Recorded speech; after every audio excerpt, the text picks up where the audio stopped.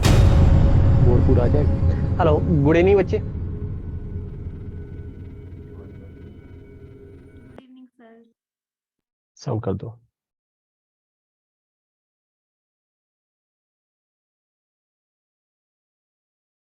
Full है। करें start बच्चे।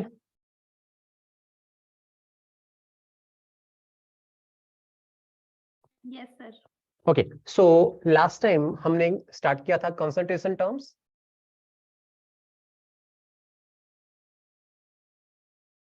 और कंसंट्रेशन टर्म्स के अंदर मोलैलिटी पे हमने स्टॉप किया था। ओके, सो अभी जो मैं डिस्कस करने जा रहा हूं that is normality now.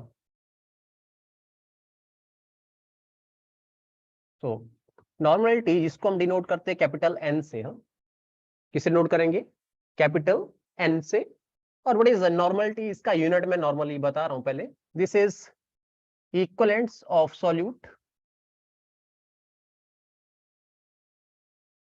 Equivalent of solute पर लीटर ऑफ सॉल्यूशन। सेम जैसे मोलरिटी रहती थी उसी तरीके से नॉर्मलिटी के केस में भी है, लेकिन डिफरेंस कहां पे आएगा? Now in place of moles of solute हमारे पास क्या रहेगा? इक्विवेलेंट्स ऑफ सॉल्यूट रहेगा। Clear? So if I have to define this normality mathematically, अगर इसको लिखना रहे तो किस तरीके से लिखेंगे, और सेम एग्जांपल से फिर उसको हम चेक करेंगे किस तरीके से रहता है। तो सबसे पहले normality is equal to what? Equivalence of solute divide by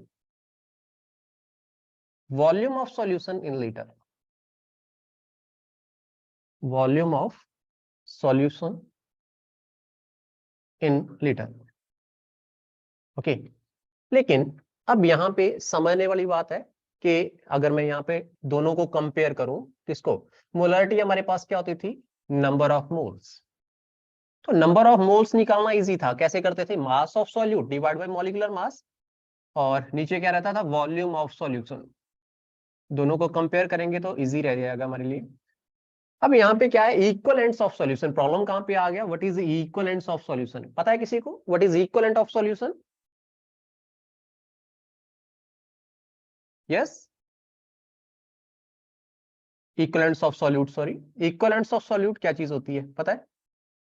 this is mass of solute. जैसे यहाँ पे क्या था? मास of solute divide bye molecular mass. In this case it is mass of solute divide by equivalent mass, divide by equivalent mass of solute. Okay, अब दोबारा से problem आ गई। Molecular mass के बारे में तो हमें पता था, लेकिन इक्विवेलेंट मास के बारे में हमें दोबारा पता नहीं है। So what is equivalent mass? What is equivalent mass of a substance? So equivalent mass is equal to what? Molecular mass divide by n factor. n factor means it may be acidity, basicity, और number of electrons participating in the reaction, है ना? redox reaction के case में number of electron participating, otherwise basicity और acidity। तो यहाँ पे आके हमारा जो पॉइंट है वो एंड कर रहा है। दोबारा से एक बार मैं रिपीट कर दे रहा हूँ। नॉर्मलिटी और मोलरिटी को अगर आप कंपेयर करेंगे तो इजीली आपको समझ आ जाएगा। What is molarity? Number of moles of solute पर लीटर ऑफ सॉल्यूशन, और divide by volume of solution. अब यहाँ पे नंबर ऑफ मोल्स तो आपको क्लियर होएगा, किस तरीके से निकालते थे? Number of moles is equal to mass of solute divide by what? Molecular mass. यही होता था। ओके, अब मॉलिक्यूलर मास आपको पता रहता था, उसको आप कैलकुलेट कर लेते थे। लेकिन इस केस में हमारे पास क्या आया? Equivalents of solute divide by volume of solution in litre. जहां पे नंबर ऑफ मोल्स था उसकी जगह पे क्या आ गया? Equivalents of solute. अब ये जो इक्विवेलेंट्स ऑफ सॉल्यूट है, यहाँ पे इक्विवेलेंट्स ऑफ सॉल्यूट की जगह पे अब हमारे पास क्या आएगा? सॉरी, यहाँ पे दोबारा मैं रिपीट कर रहा हूँ, नंबर ऑफ मोल्स की जगह पे क्या आएगा, इक्विवेलेंट्स ऑफ सॉल्यूट आएगा। तो इक्विवेलेंट्स ऑफ सॉल्यूट हमें नहीं पता कैसे निकालते, तो उसको निकालने का तरीका मैंने बताया, equivalents of solute is equal to mass of solute divide by equivalent mass. जैसे वहां पे मोल्स निकालने के लिए मास ओवर मॉलिक्यूलर मास होता था, यहाँ पे क्या, mass of solute divide by equivalent mass होएगा। Now what is this equivalent mass, इसके बारे में भी हमें पहले से पता नहीं है।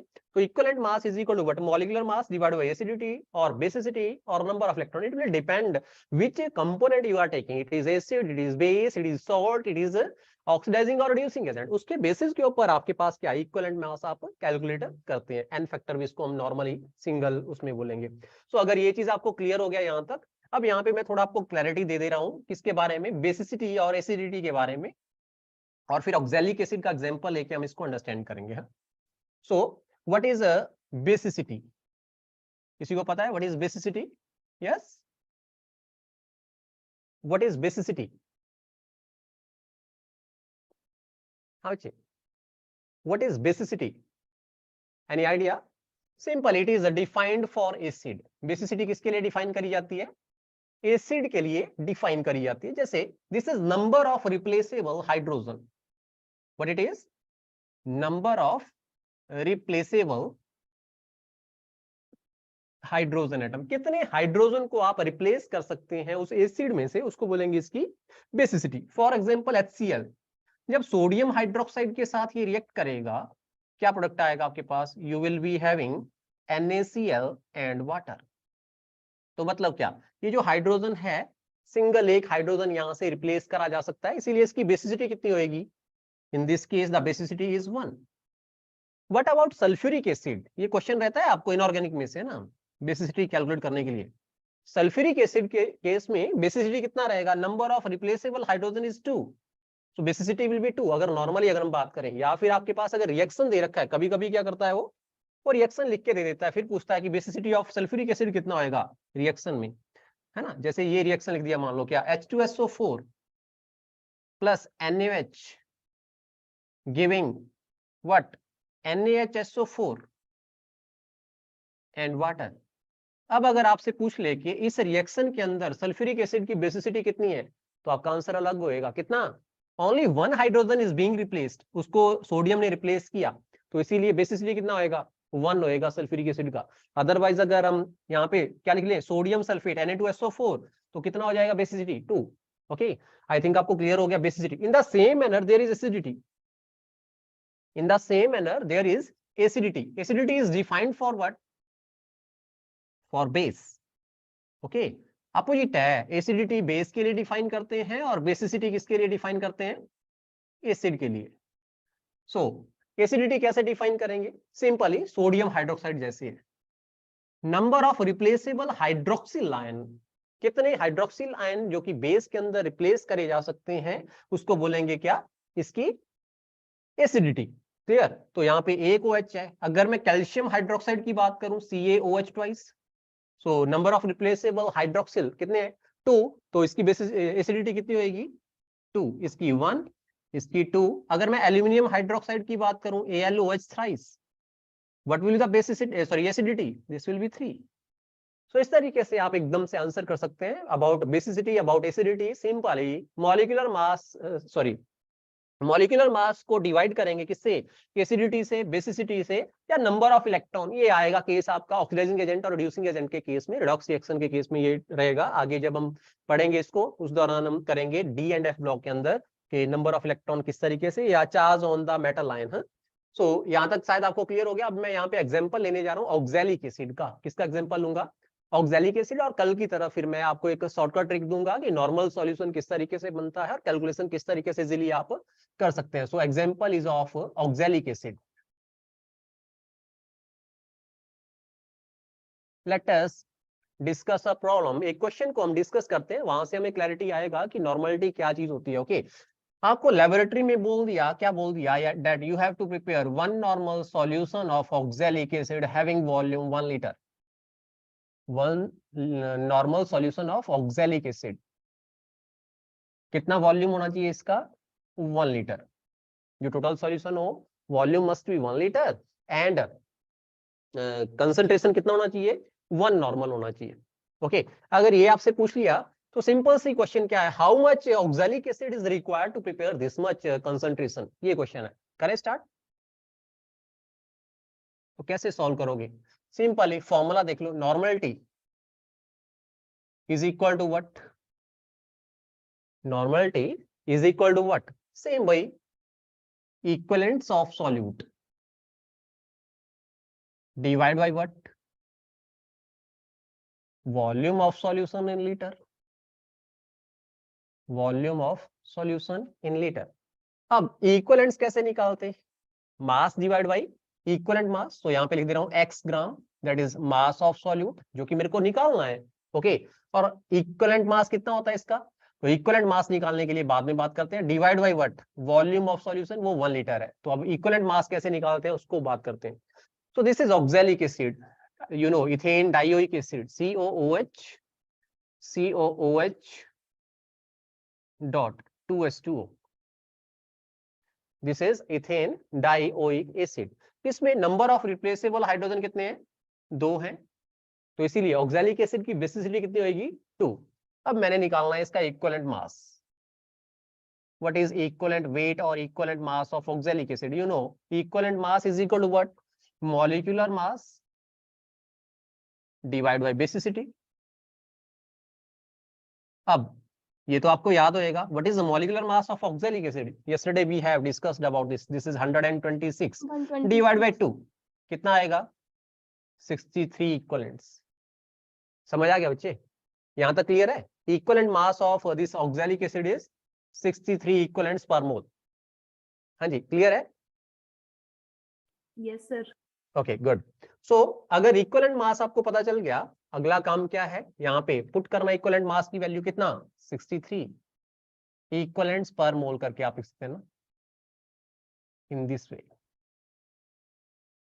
ओके, 63 इक्विवेलेंट्स पर मोल। अब यहां से अगर आप स्टार्ट करें, सॉरी नॉट पर मोल, ग्राम पर इक्विवेलेंट करना था यहाँ पे, 63 ग्राम पर इक्विवेलेंट्स। ओके, अब हमने यहाँ पे x का वैल्यू निकालना है। नॉर्मलिटी हमारे पास दे रखा है, नॉर्मलिटी कितना है, इसको मिटा दूं ऊपर वाले को, इस चीज को मिटा दूं, ये तो आपको समझ आ गया होगा ना, इक्विवेलेंट मास कैसे निकाला और कितना आया, 63 ग्राम पर इक्विवेलेंट्स। ओके, अब बात करने जा रहे हैं, यहाँ पे नॉर्मलिटी कितना दे रखा है, चेक करो, how much normality it is, 1 normal. हाँ, तो this is equal to what, x divide by 63 divide by 1। So x का वैल्यू कितना आ जाएगा, x is equal to 63 gram, because this is weight. So अब यहां से क्या क्लियर हुआ, if you are having 63 gram of oxalic acid, मैं इस बॉटल को ले रहा हूँ, कितने लीटर की है ये, 1 लीटर की है, मैंने इसके अंदर ऑक्सैलिक एसिड लेके कितना डाल दिया, 63 ग्राम डाल दिया, और पूरा फिलअप कर दिया, कहां तक, जहां पे जाके 1 लीटर हो जाता है। चेक किया अच्छे से, वो जो सॉल्यूशन हमारे पास आएगा, that will B how much, 1 normal solution of oxalic acid. तो अब मैं शॉर्टकट ट्रिक के ऊपर मूव कर रहा हूँ, उससे पहले मैं आपसे पूछना चाहता हूँ, आपको समझ आ गया कैसे करते हैं कैलकुलेशन, यस और नो। सर रिपीट कर दो एक बार। रिपीट कर दें दोबारा ना, दोबारा चेक कर लो क्या, normality, what is normality, normality is equivalents of solute पर लीटर ऑफ सॉल्यूशन। 1 लीटर के अंदर कितने इक्विवेलेंट्स हैं पार्टिकुलर सॉल्यूट के, उसको बोल देते हैं उसकी नॉर्मलिटी। क्या बोला मैंने, 1 लीटर सॉल्यूशन के अंदर कितने इक्विवेलेंट्स हैं पार्टिकुलर सॉल्यूट के, उसको बोल देते हैं उसकी नॉर्मलिटी। इक्विवेलेंट निकालने का तरीका मैंने आपको बताया, कैसे निकालेंगे, mass of solute divide by equivalent mass. Equivalent mass क्या चीज होती है, this is molecular mass divide by acidity, basicity और number of electron participating in the reaction. तो उस तरीके से मैंने कैलकुलेट कर लिया क्या, ऑक्सैलिक एसिड का इक्विवेलेंट मास। सही है, इक्विवेलेंट मास हमारे पास आ गया, उसको मैंने पुट अप किया यहाँ पे, x, this is mass of this substance जिसकी हम बात कर रहे हैं, जिसके लिए हमने कैलकुलेशन करना है। तो mass of substance divide by equivalent mass divide by volume of solution in litre. तो वो पुट किया, लेफ्ट हैंड साइड पे हमारे पास नॉर्मलिटी है, जो कि क्वेश्चन के अंदर दे रखी है कि 1 नॉर्मल सॉल्यूशन आपको बनाना है, ऑक्सैलिक एसिड का वॉल्यूम कितना होना चाहिए, 1 लीटर होना चाहिए। तो पुट करो यहाँ पे, लेफ्ट हैंड साइड पे क्या आ गया, normality 1 normal, right hand side पे x की वैल्यू वैसे का वैसे रहने दिया, इक्विवेलेंट मास 63 ग्राम पर इक्विवेलेंट यहाँ पे पुट किया, डिवाइड बाई 1 लीटर, है ना, यहाँ पे अगर लिखना चाहें तो 1 लीटर। अब यहाँ से x का वैल्यू आपके पास आ गया, x इधर रह जाएगा, 63 परली साइड चला जाएगा, मल्टीप्लाई हो जाएगा ना। तो x is equal to what, 63 gram. If you are taking 63 gram of oxalic acid, adding water to it, making the solution 1 liter, this solution is having concentration how much? 1 normal. Clear? Yes or no?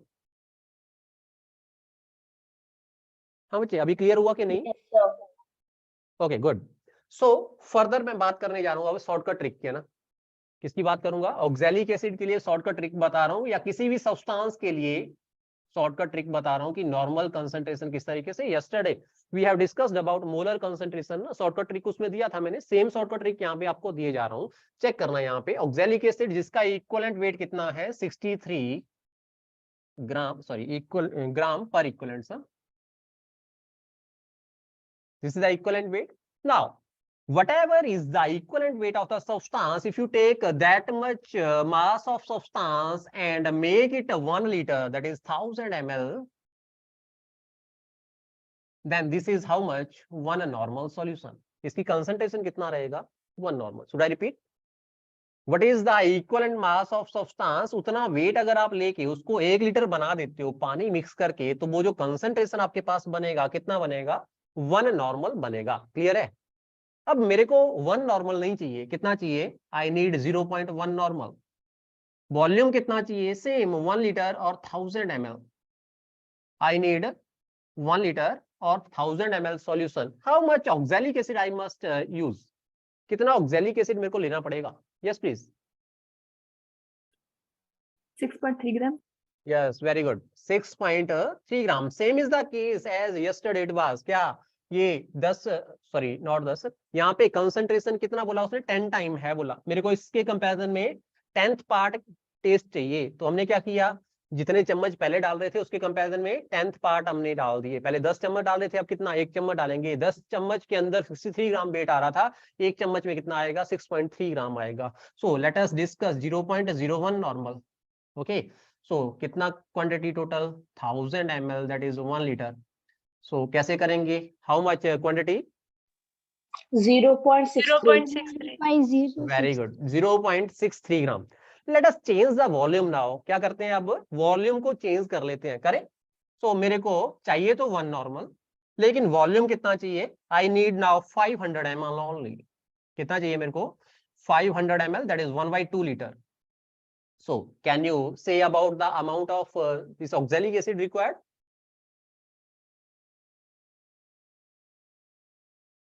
How much oxalic acid will be required? 31.5. Yes, very good. 31.5 gram. 31.5. Okay, 31.5 gram. Now the requirement is of 0.1 normal oxalic acid, and the volume which is required is again 500 ml.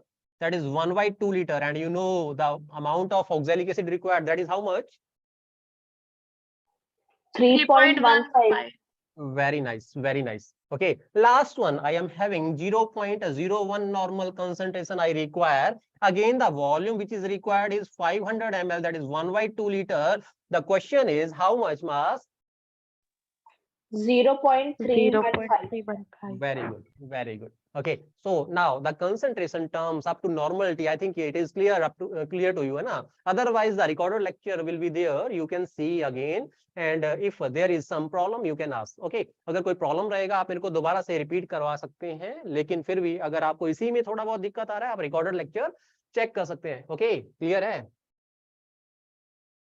So we have done up to normality. हमने कहां तक कर लिया? Normality तक discussion कर लिया. कौन कौन से कंसंट्रेशन टर्म डिस्कस करे? परसेंटेज डिस्कस किया, मोलारिटी डिस्कस कर लिया, मोलारिटी डिस्कस किया, नॉर्मलिटी डिस्कस किया. यस और no?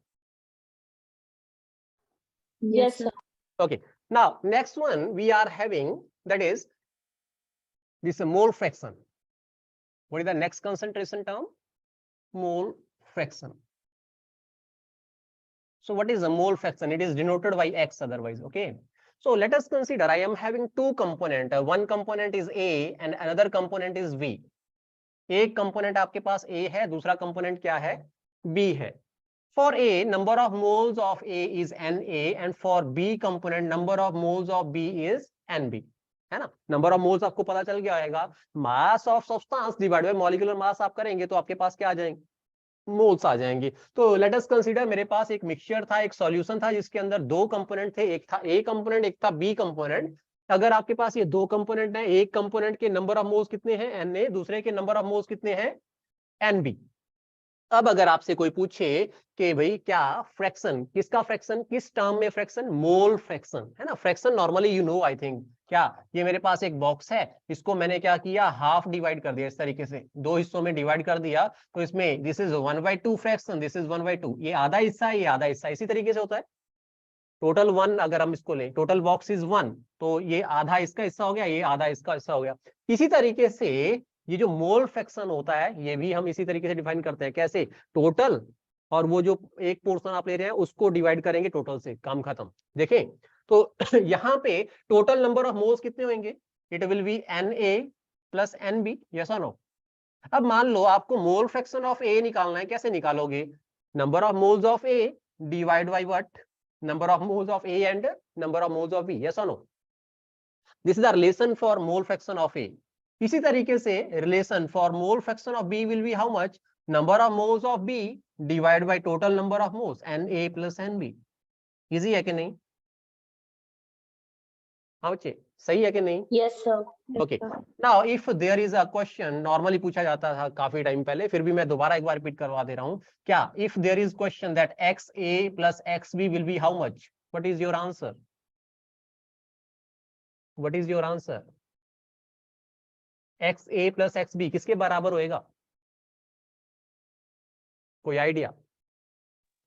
Na plus NB upon Na plus NB का whole of it. This is 1. How much? 1. Check करो, अगर थोड़ा बहुत मैथमेटिक्स आता हो तो ये आएगा Na over Na plus Nb plus Nb। Why, यहाँ पे दोनों के केस में डिनोमिनेटर सेम है, Na प्लस Nb। डिनोमिनेटर अगर सेम है तो न्यूमिनेटर क्या हो जाते हैं, प्लस हो जाते हैं। दोनों को कैंसिल आउट कर लोगे तो क्या आ जाएगा, 1. Now if I am having, in this case I am having only two component. If there are a number of component, if there are number of component 100, 1000, million, billion, even then the sum of mole fraction will be how much, 1. समझ आया बच्चे? चाहे हमारे पास करोड़ों part हो जाए, करोड़ों मतलब कंपोनेंट हो जाए किसी भी सॉल्यूशन के, किसी भी मिक्सचर के, इवन देन जो टोटल कंपोनेंट है उनके मोल फ्रैक्शन का जो सम होएगा वो कितना होएगा, 1 होएगा। आई थिंक क्लियर हो गया आपको, यस और no? Yes, sir. Okay, good. So next we are having last concentration term, that is ppm, part per million. Okay, ये लास्ट कंसंट्रेशन टर्म है जिसको हम कर रहे हैं। अगर फिर भी आपको कहीं पे रहेगा तो आप मेरे को बताना कि यहाँ पे मेरे को समझ नहीं आया। पार्ट पर million, so this part per million concentration term is mostly used for those component which are having very much less quantity in the solution or in the mixture. अगर आपके पास जो टोटल सैंपल है उसके अंदर एक component की quantity बहुत कम होती है, उस केस में हम क्या यूज करते हैं, पार्ट पर मिलियन यूज करते हैं। ओके, लेट अस कंसीडर मेरे पास कोई सॉल्यूट है और उसका वेट कितना है, 0.00000 ग्राम। 1 नहीं लिखा ना, ओके कितना है, 0.0000001 ग्राम करके मैंने लिखा। ओके, और कितने में है ये, let us consider it is in 1000 gram, 1 kg। 1000 ग्राम के अंदर आपके पास इतना अगर अमाउंट में सॉल्यूट है, तो जब इसको आप लिख रहे होंगे, इवन आप साइंटिफिक नोटेशन में भी लिखेंगे तो भी इसको प्रोनाउंस करना थोड़ा सा डिफिकल्ट हो जाता है, यस और नो? इस नंबर को प्रोनाउंस करना डिफिकल्ट हो जाएगा। कैसे, this is 10 power 1 2 3 4 5 6 and 7, 10 power -7 it is, और 10 पावर -7 ये, 10 पावर -3 ये होएगा, total 10 power -10 it is. 10 power -10 मतलब इसकी कंसंट्रेशन जो हमारे पास आ रही है। लेकिन इसी चीज को क्या सिंप्लीफाई करने के लिए हम क्या करते हैं, ये जो आपके पास कंसंट्रेशन आ रही है इसको कितने से मल्टीप्लाई कर देंगे, 10 पावर 6 से मल्टीप्लाई कर देंगे। इससे होगा क्या, अब ये जो नंबर है प्रोनाउंसेबल बन जाएगा, बोलने लायक बन जाएगा, हम बोल पाएंगे 1 ppm 2 ppm। अब ये जो हमारे पास कंसंट्रेशन आई इसको क्या बोलेंगे, ppm करके बोलेंगे। क्या बोलेंगे, ppm, पार्ट पर मिलियन। क्लियर, यस और नो? सिंपली यहाँ पे ppm को डिफाइन कर दे रहा हूं। What is ppm? ppm is mass of solute, mass of solute divided by mass of solution into 10 power 6। Clear हो गया? हाँ बच्चे क्लियर है, इतनी सी ही बात है इसमें। ज्यादातर जितने भी पॉल्यूटेंट होते हैं आपने देखा होगा पानी के अंदर, जब आप किसी पॉल्यूटेंट की क्वांटिटी को मेजर करते हैं उस दौरान इसको पीपीएम में डिफाइन किया जाता है। एयर के अंदर कोई पॉल्यूटेंट रहता है उसको भी हम क्या पीपीएम में डिफाइन करते हैं, क्योंकि उनकी क्वांटिटी जो है सैंपल के अंदर क्या होती है, बहुत कम होती है। आई थिंक यहाँ तक आपको क्लियर हो गया होगा। यस हाँ बच्चे, यहाँ तक कोई प्रॉब्लम क्लियर है? चलो, now I am having one problem for you, one question for you. What is the question? Question is find molarity of this nitric acid, HNO3 acid, having purity 63% and density or weight per ml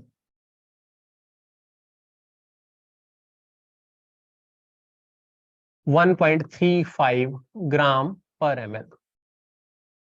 Find the molarity of nitric acid having purity 63% weight by weight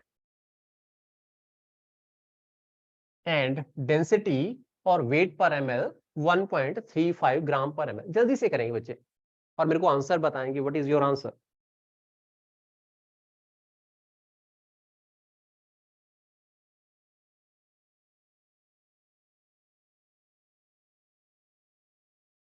हो जाएगा तो एकदम से मेरे को बता देना। हाँ हो गया?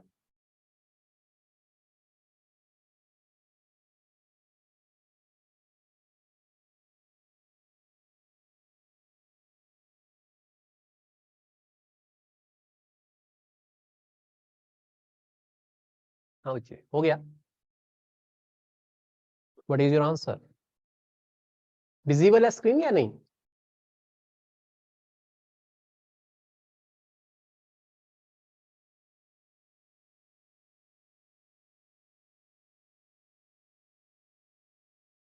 मे बी हो गया होगा बच्चे। What is your answer?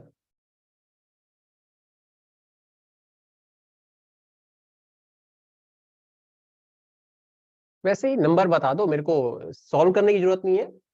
वैसे ही जो एक्सप्रेशन आपके पास आ रहा है उसी को बता दो क्या है।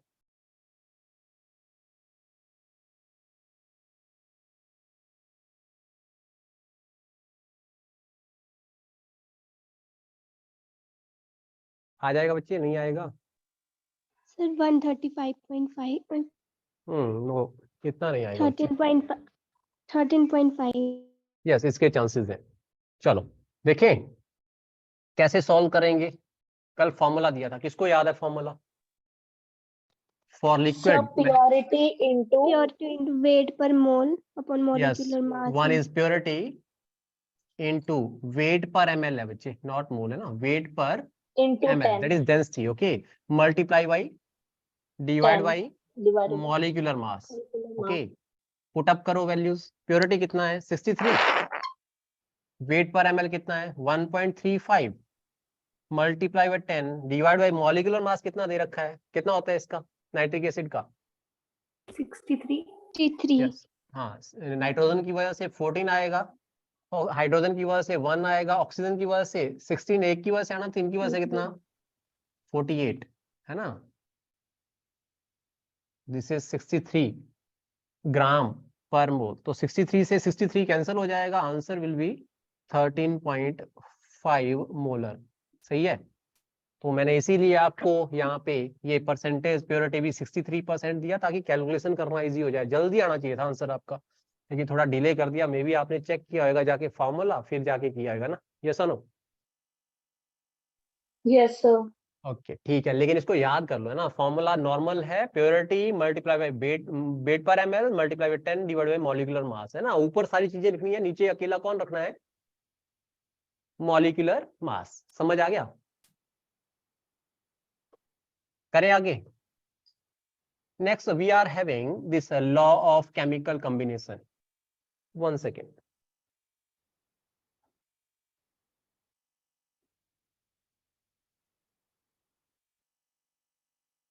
Next we are having law of chemical combination या लॉज ऑफ केमिकल कॉम्बिनेशन। थोड़ा सा इसके ऊपर हम काम कर लेते हैं, फिर उसके बाद फर्दर लिमिटिंग रिएजेंट है।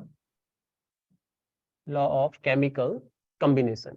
सो लॉज ऑफ केमिकल कॉम्बिनेशन के अगर अंदर अगर हम बात करें, फर्स्ट लॉ जो हम बात करते हैं that is the law of conservation of मास। ये सभी को आता है शायद, है ना? इसको डिस्कस करने का जरूरत है। मास of this reactant before the reaction and after reaction the mass of product that is going to be same, है ना? reaction किसी भी प्रोसेस के दौरान before the process and after the process mass remain same. this is the law of conservation of mass. तो इसको आप use कर सकते हैं, लेकिन इसमें हम क्या यूज करेंगे? POAC। क्या यूज करेंगे? POAC। What is POAC? Principal of atomic conservation. बहुत सारे न्यूमेरिकल्स को सॉल्व करने के लिए इसको यूज करेंगे, आगे हम इसकी डिस्कशन कर रहे होंगे, अब इसको आप स्किप कर दो। Simply law of conservation of mass आप समझेंगे। और law of conservation of mass कहां से मिल रहा है हमें? Law of conservation of atom या principle of atomic conservation. Atom can neither be created nor be destroyed, ये आपने पढ़ा था डाल्टन एटॉमिक थ्योरी के थ्रू, है ना? तो वही चीज है ये प्रिंसिपल ऑफ एटॉमिक कंजर्वेशन। जितने एटम लेफ्ट हैंड साइड पे रहते हैं उतने ही एटम राइट हैंड साइड पे रहेंगे प्रोडक्ट के अंदर, है ना? सेम चीज। नंबर ऑफ स्टेप्स के अंदर कोई प्रोसेस हो रही है तो लास्ट स्टेप में जाके भी क्या एटम वैसे के वैसे ही रहेंगे, उतने ही एटम रहेंगे, ये इसका मतलब होता है। ओके, चलो इसको छोड़ो। नेक्स्ट सेकंड लॉ की हम बात कर लेते हैं, अदरवाइज ये मेन लॉ है ना, law of conservation of mass. Next we are having law of constant composition और law of definite proportion. Law of constant composition और law of definite proportion. Okay, ये क्या बोलता है? What is this law states? तो statement इसकी simple है that whatever may be the source of compound। वैसे आपसे मैं पूछूं कि what is the definition of compound, कोई बताएगा? yes yes or no? whatever may be source of compound, its composition remain fixed। हाँ बच्चे, कंपाउंड का ये पूछ रहा हूं मैं, कंपाउंड का डेफिनेशन कोई बताएगा या नहीं? What is definition of compound? Compound मैं आपको नॉर्मल लैंग्वेज में बताऊं, कोई भी ऐसी चीज जिसका आप फॉर्मूला लिख सकते हैं। कोई भी ऐसी चीज जिसका आप फॉर्मूला लिख सकते हैं। मैं आपसे क्वेश्चन कर रहा हूं, पेट्रोल का फॉर्मूला क्या होता है? Chemical formula of petrol. आप चाहे तो मैसेज कर सकते हैं ना, वहां पे मैं पढ़ लूंगा अगर आप बोलना नहीं चाहते। What is chemical formula of petrol? कहीं ऐसा तो नहीं आपको आता ही नहीं? Yes, what is chemical formula of petrol? चलो पेट्रोल का नहीं आता, डीजल का बता दो। What is chemical formula of diesel? नहीं आता? अरे ऐसा कैसे हो सकता है, आपको पेट्रोल का फॉर्मूला नहीं आता? सर्च कर लो, गूगल पे आ जाए शायद। So these are mixture not compound. Petrol और डीजल क्या है? These are mixture. Kerosene mixture, तो इसीलिए इसका फॉर्मूला ही नहीं होता। क्या होता है इसका? क्या हो सकता है इसका? आप कंपोजिशन बोल सकते हैं कि ये चीजें इसके अंदर है, समझ आ गया? लेकिन कंपाउंड, मैं एग्जांपल दे रहा हूं किसका? वाटर का। सबसे सिंपल एग्जांपल जब हम लेते हैं, वाटर इज व्हाट? कंपाउंड, क्योंकि फॉर्मूला लिख दिया ना इसका। तो ये फॉर्मूला हमें क्या बता रहा है? ये हमें बता रहा है कि हाइड्रोजन और ऑक्सीजन जो कि इसके अंदर है, हाइड्रोजन और ऑक्सीजन जो इसके अंदर है, वो बाई मास किस रेशियो के अंदर है? तो यू नो हाइड्रोजन किस रेशियो में, कितना पार्ट है इसके अंदर? 2 पार्ट। एक हाइड्रोजन का मास 1, 2 का कितना? 2। ऑक्सीजन का मास कितना? 16। तो रेशियो क्या होगी हाइड्रोजन और ऑक्सीजन की? 2:16। Sorry, yes 2:16। अगर 2:16 तो यही रेशियो क्या आ जाएगी? 1:8। तो by mass these are in the ratio 1:8। This is the law of constant composition. पानी जहां मर्जी से ले आओ, चाहे टैप से ले आओ अगर वो प्योर है तो, चाहे रिवर से ले आओ, चाहे इंडिया में कहीं किसी भी स्टेट से ले लो, चाहे आप जापान से ले लो, चाहे यूएस से ले लो, चाहे जिस मर्जी कंट्री से लो, पानी का फॉर्मूला यही रहेगा। मतलब क्या? Composition of water is going to be same whatever may be the source of this compound. Okay, in the same manner in the same manner you may write for carbon dioxide as well. Carbon dioxide के लिए भी इसी तरीके से आप लिख सकते हैं। क्या कार्बन डाइऑक्साइड में भी कार्बन और ऑक्सीजन का जो रेशियो है वो क्या रहेगा? कार्बन का मास रहता है कितना? 12। ऑक्सीजन का कितना? 1 का 16, तो 2 का कितना? 32। तो 12:32, this is the ratio between what? Carbon and oxygen by mass. By mass ratio of carbon and oxygen is this much, 12:32। इसको सिंप्लीफाइड फॉर्म में आप लिख सकते हैं। क्या बोला मैंने? सिंपलेस्ट फॉर्म में आपको बताया ये लॉ। क्या लॉ बोलता है ये? whatever may be the source of compound, the composition of compound is always constant, है ना? कोई भी कंपाउंड उसकी कंपोजिशन क्या रहेगी? फिक्स रहेगी। वो मैंने आपको बता दिया कैसे फिक्स रहेगी। क्लियर है? यस और नो? हाँ बच्चे, क्लियर है? Yes, sir. Okay, so next law, third one, we are having law of multiple proportion.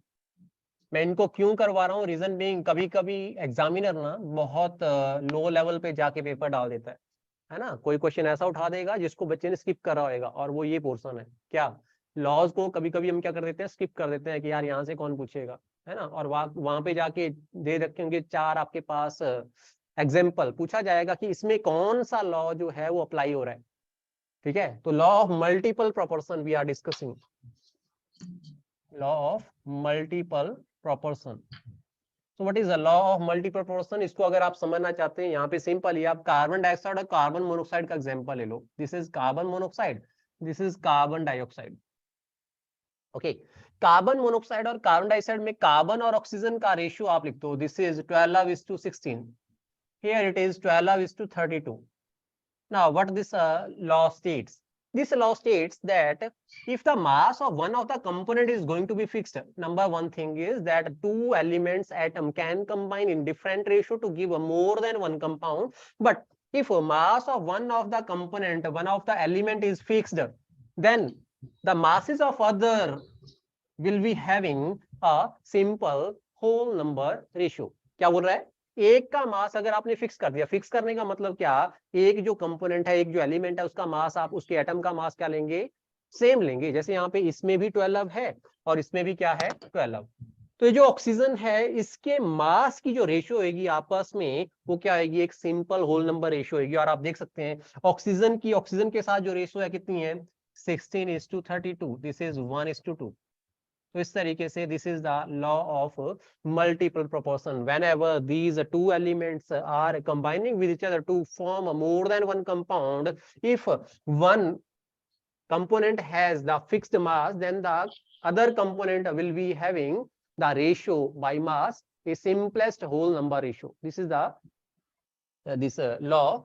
Which law? Law of multiple proportion. Okay, यहाँ पे जो सबसे इंपॉर्टेंट लॉ मेरे को लगता है, otherwise another one is a reciprocal, law of reciprocal proportion. उसको भी एक बार बता देता हूँ। उसमें क्या है? Law of reciprocal proportion.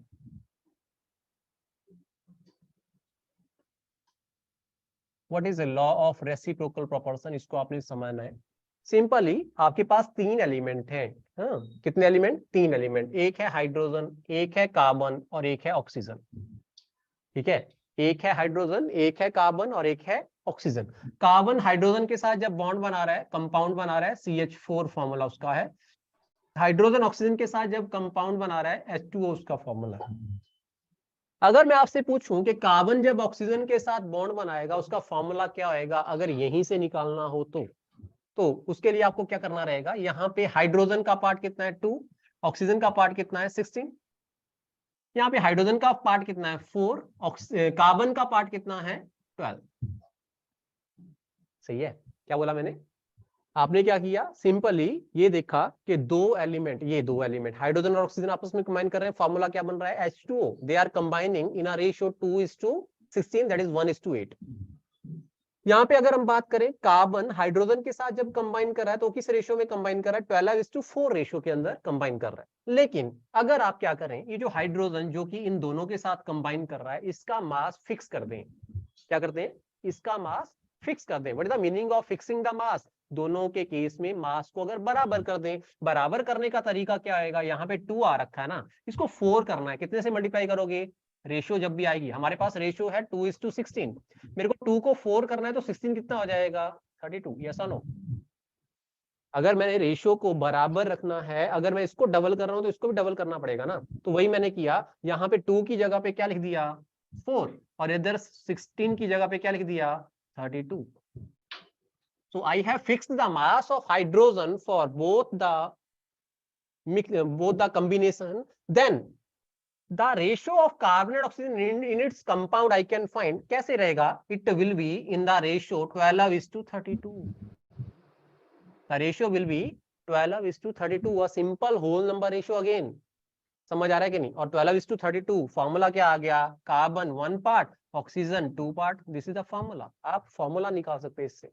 ये है लॉ। क्या बोल रहा है? whenever the two component are combining with the third element, fixed mass of third element, and there is a combination of these two elements with each other giving a new compound, then the ratio of these elements combining with each other by mass will be a simplest whole number ratio.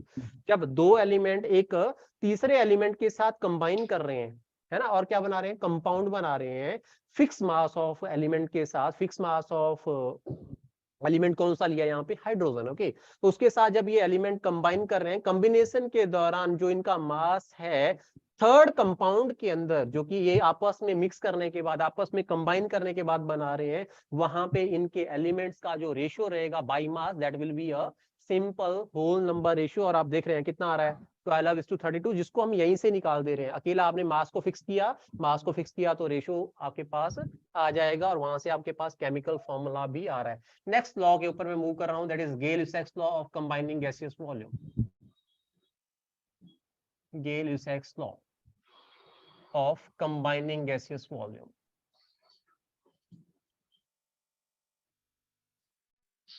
Combining gaseous volume. So what is this law about? ये gaseous state के combination के बारे में है। Let us consider an example, और वहां से हम clarify करें। Hydrogen combined with the chlorine to give us what? 2HCl। यही होता है बैलेंस करके। Okay, whenever two gases react with each other, if they are forming the product also in the gaseous state, even it may be gas or not, they do so in a simple whole number ratio by volume. Should I repeat again?